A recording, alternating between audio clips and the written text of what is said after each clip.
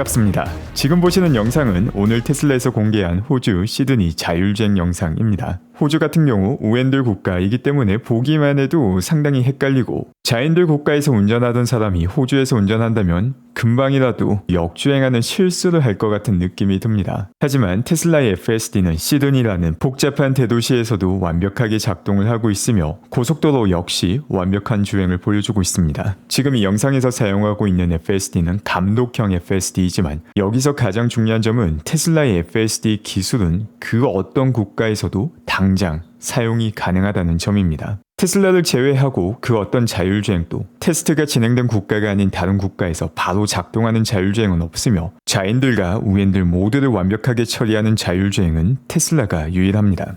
그 밖에 오늘 블룸버그에서는 미국이 중국에서 수입하는 흑연과 관련된 관세 폭탄을 다루었습니다. 흑연 같은 경우 배터리 제조에 사용되는 핵심 물질 중 하나이기 때문에 93.5%라는 추가 반덤핑 관세가 붙게 된 것에 대해서 상당한 관심이 기울어졌습니다. 이와 관련된 기사 내용과 제가 추가로 리서치한 내용을 정리해서 살펴보겠습니다. 먼저 미국이 중국에서 수입하는 흑연에 추가 관세를 매기게 된 배경을 보게 되면 바로 중국 정부가 수출되는 흑연에 불공정한 보조금을 제공했다라고 결론을 지었기 때문입니다. 그 결과 93.5%의 예비 반덤핑 관세가 부과가 되었는데 이는 기존 세율에 추가가 되게 되고 그렇게 되면 실효 관세율은 160%가 됩니다. 이 160%라는 숫자만 보면 엄청난 숫자이기 때문에 상당한 경각심을 불러일으키고 있습니다. 특히나 흑연은 배터리의 주요 물질이고 전기차의 핵심 부품이 배터리이다 보니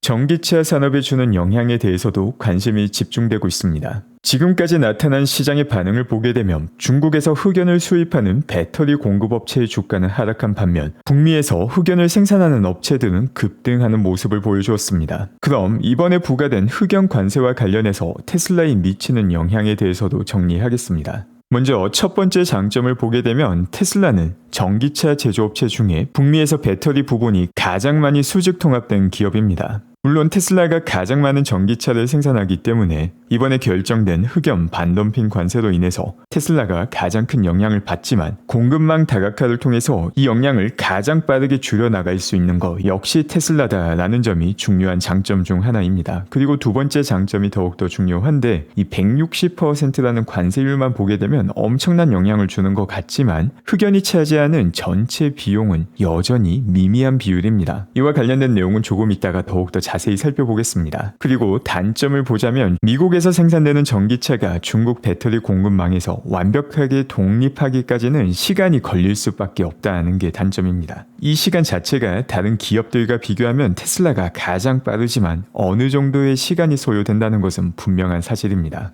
중국은 흑연 시장에서 엄청난 지배력을 가지고 있습니다. 작년 미국은 중국으로부터 약 18만 톤의 흑연을 수입하였는데 이 중 3분의 2가 중국으로부터 수입이 되었습니다. 이처럼 흑연의 중국 의존도가 높아진다는 것은 잠재적 공급 위험에 노출될 수 있다는 의미이기도 합니다. 특히나 지금처럼 정치적인 갈등이 심화되는 경우에는 의존도가 높은 제품을 정치적인 이유로 무기로 활용할 가능성도 분명 존재합니다. 그렇기 때문에 흑연과 관련된 공급 다각화가 테슬라 측에서도 분명 필요한 것입니다. 다만 이 다각화가 완성되기까지 얼마의 시간이 걸리느냐가 가장 핵심적인 내용이 되는 것이죠.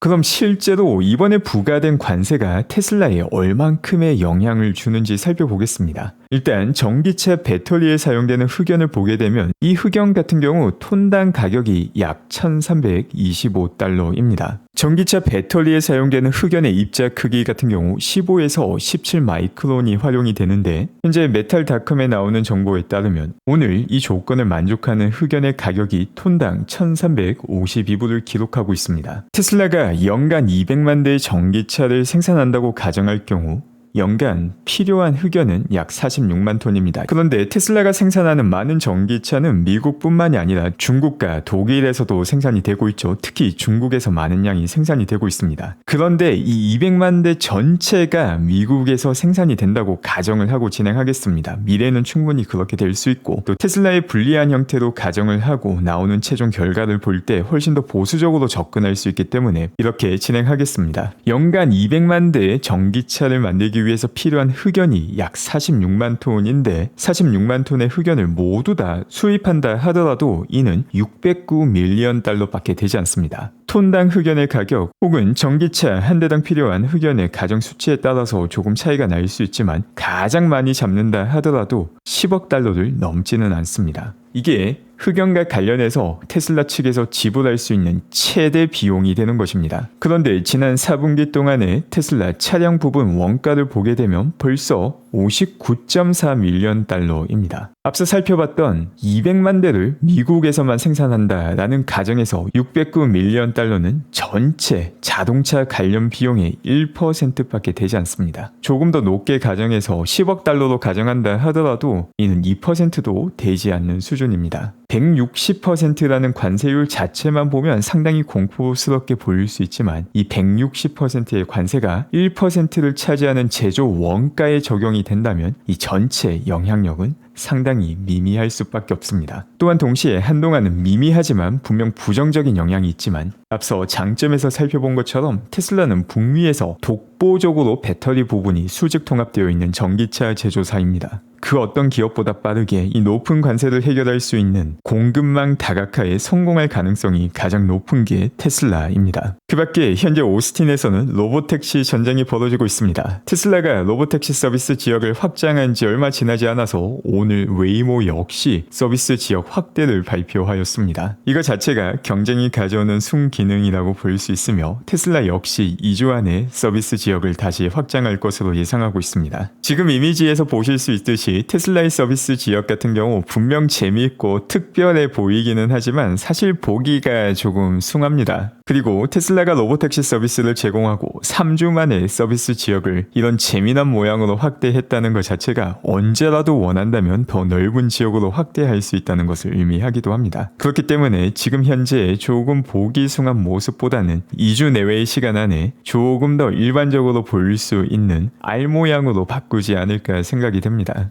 그 밖에 사이버캣과 관련된 아주 재미난 특허가 확인되기도 하였습니다. 지난 6월 23일 테슬라의 부사장 라스 모라비는 사이버캣 같은 경우 페인트 과정이 필요 없을 것이다 라고 밝혔습니다. 그런데 바로 오늘 세티팡님께서 이와 관련된 특허를 확인하였습니다. 차량 제조 과정에서 페인트샵 자체가 사라지게 된다면 이는 단순하게 비용 절감에서 끝나지 않습니다. 이 과정이 사라진 만큼 비용이 절감되며 또 동시에 차량 한 대를 만드는 데 걸리는 시간이 크게 줄어든다는 것을 의미합니다. 원가 절감에 생산 속도 향상까지 덧붙여져서 더 저렴한 가격에 더 많은 차량을 찍어낼 수 있게 된다는 것을 의미합니다. 그 밖에 테슬라의 에너지 저장 장치 시설은 지금 또 전 세계 수많은 국가에서 설치 중입니다. 특히나 오늘 전해진 내용을 보게 되면 애리조나에서 출력 150MW, 저장 용량 600MW씩 규모의 메가팩 설치가 끝났다는 내용이 전해졌습니다. 애리조나 같은 경우 테슬라의 다음 로보택시가 진출하는 주이니만큼 테슬라와의 협업이 더욱더 깊어지고 있는 모습을 보여주고 있습니다. 그 밖에 휴머노이드와 관련해서도 아주 재미난 영상이 공개되기도 하였습니다. 중국의 유비텍 같은 경우는 배터리 수압이 가능한 휴머노이드 로봇을 선보였습니다. 지금 보시는 장면이 휴머노이드 로봇이 스스로 배터리 수압을 진행하는 장면입니다. 이 배터리 수압도 얼핏 보면 상당히 효율적인 방법으로 느껴지기도 합니다. 특히 초기 휴머노이드 같은 경우 공장에서 작업을 하는 용도로 쓰기 때문에 얼마나 오랜 시간 작업을 할 수 있느냐, 업타임이 상당히 중요한 지표가 됩니다. 배터리 수압을 진행하게 되면 충전 시간 동안 휴머노이드 로봇을 못 쓰는 게 아니라 바로 사용할 수 있기 때문에 상당히 효율적인 접근 방법으로 보이기도 합니다. 그런데 테슬라는 과거 배터리 수압이 아닌 무선 충전을 통해서 충전을 진행한다라는 영상을 공개하기도 하였으며 이 영상에 대해서 테슬라 옵티머스 공식 계정이 충전을 할 때의 느낌을 나타내는 밈 이미지를 올리며 답글을 달았습니다. 최소한 지금은 배터리 수압이 아닌 무선 충전을 진행하는 방향으로 가고 있다는 것을 공식적으로 나타내는 답변을 한 것입니다. 이처럼 테슬라의 옵티머스처럼 무선 충전을 하는 방안과 배터리 수압을 활용하는 방안 각각 다 장단점이 있습니다. 그리고 이 두 가지 접근 방식 중 어떤 접근 방식이 더 나은지 명확하게 판가름하기 위해서는 여러 가지 요인들을 살펴볼 필요가 있습니다. 무선 충전이 진행된다면 충전 시간이 얼마나 되느냐가 가장 핵심적인 지표가 될 것입니다. 이 시간이 충분히 짧다면 배터리 수압을 위해서 필요한 추가 엔지니어링과 추가 부품을 제거하고 더욱더 단순한 형태로 가는 게 효율성을 크게 높일 수 있습니다. 또한 동시에 한 가지 고려해야 되는 것은 초기 휴머노이드는 공장 안에서 활용된다는 점입니다. 공장에서는 다양한 작업이 존재하는데 계속해서 자리를 옮겨야 되는 작업도 존재하지만 제자리에서 할 수 있는 작업도 존재합니다. 제자리에서 진행되는 작업 같은 경우 무선 충전을 진행하며 작업을 동시에 할 수 있습니다. 이 경우 다양한 휴머노이드가 한 가지 작업만 하는 게 아니라 제자리에서 하는 작업과 동적인 움직임이 필요한 작업을 서로 수합하게 될 경우 사실상 24시간의 업타임을 유지하면서 충전까지 가능할 수 있습니다.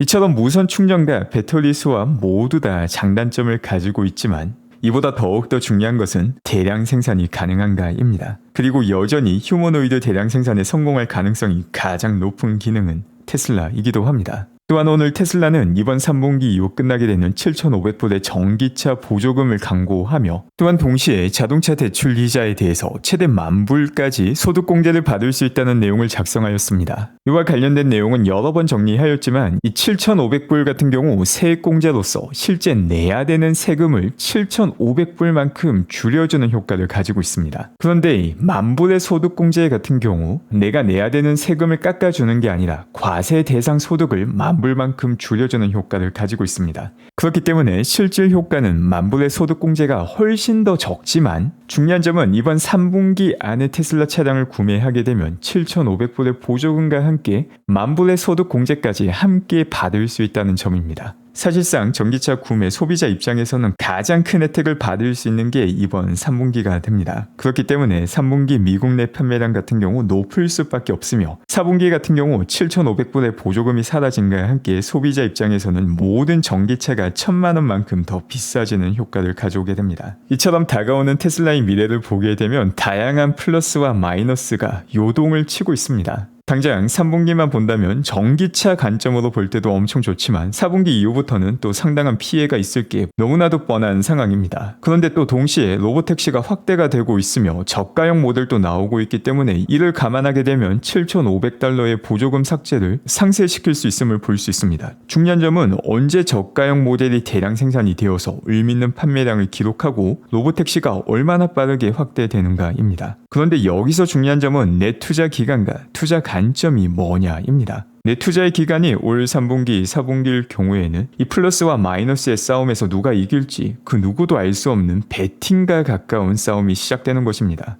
테슬라의 로보택시 혹은 저가형 모델과 관련된 선반영이 생각보다 먼저 일어나게 된다면 상당히 높은 수익률을 이번 3분기, 4분기에 올릴 수도 있겠지만 4분기부터 사라지는 전기차 보조금과 미국에서 잃게 된 탄소 배출권을 고려하게 되면 안 좋은 악재가 선반영될 가능성도 분명 존재합니다. 이는 한두 분기에 초점을 맞추고 투자를 하는 투자자가 반드시 감내해야 되는 책임입니다. 하지만 내가 보는 투자 관점과 투자 기간이 단순하게 이번 3분기, 4분기가 아니라 테슬라 3.0의 전환 이유다라고 보면 로보택시가 본격적으로 시작된 이유, 전 세계에 FSD가 풀린 이유, 지금 현재 이야기한 호재가 먼저 선반영될까, 악재가 먼저 선반영될까 이런 내용 자체가 의미가 없어지게 됩니다. 호재가 먼저 선반영된다면 조금 먼저 기분이 좋은 거고 악재가 먼저 선반영된다면 결국 테슬라 3.0 이후 주가는 크게 오를 수밖에 없는데 그 이전 기간에 더 많은 수량을 저렴하게 살 수 있어서 좋은 것이죠. 결국 본인의 투자 기간을 어떻게 설정하고 어떤 철학으로 투자하고 그 철학에 맞게 행동하느냐 행동하지 않느냐가 가장 중요한 것이 됩니다. 오늘도 함께 해주신 분들 감사드리며 건강한 하루 되시기 바랍니다.